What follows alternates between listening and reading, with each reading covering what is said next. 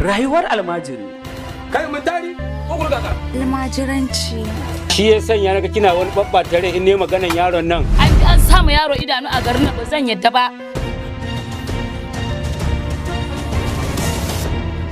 Salamu alaikum. Amu wa alaikum salam.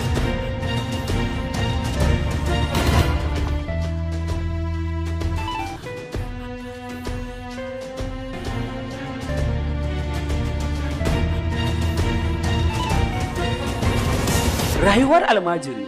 Rayuwar almajiri fin ne wanda zai faɗakar da ku, ya wa'azantar da ku, kana ya nishaɗantar da ku. Rayuwar almajiri. Bawa Allah, kai haƙuri ko? Tashi.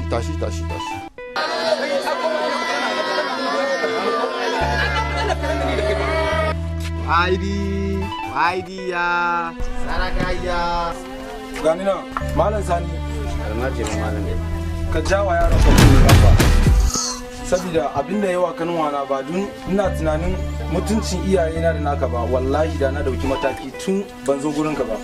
Amma na kawo ma kaya ne saboda sakamakon iyayenmu da iyayenku sun yi zaman mutunci. Kwana biyu ba na ganin ka a majalisa. Wai me yake faruwa ne? Wallahi ina baki shawara kawata kar ki yadda. Ke ba jin labarin da ake faɗa a gari akan yara almajiranci tarbiyyar su ya lalace, ki ga da ake yanka yara ana kuɗi da su. Wallahi kar ki yadda. Rayuwar almajiri.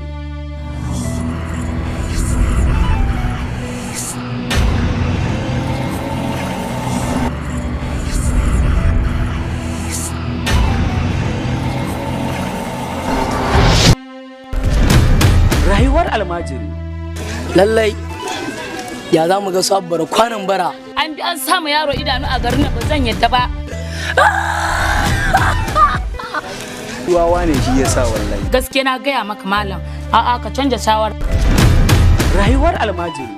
Rayuwar almajiri fin ne wanda zai faɗakar da ku, ya wa'azantar da ku, kana ya nishaɗantar da ku. Sannan ya samu tsabtataccen aiki daga haziki mashirin shirin mai suna Buhari Abubakar, labari da kuma tsarawa Abba Misdangi, tare da Aliyu Babangata, ɗaukar nauyin shirin Sagir Fashion, mataimakin mai bada umarni Adam bin Adam, bada umarnin shirin Awal Lafiya. Zai dinga zuwa muku ne akan YouTube channel ɗinsu mai suna Malam Wani TV.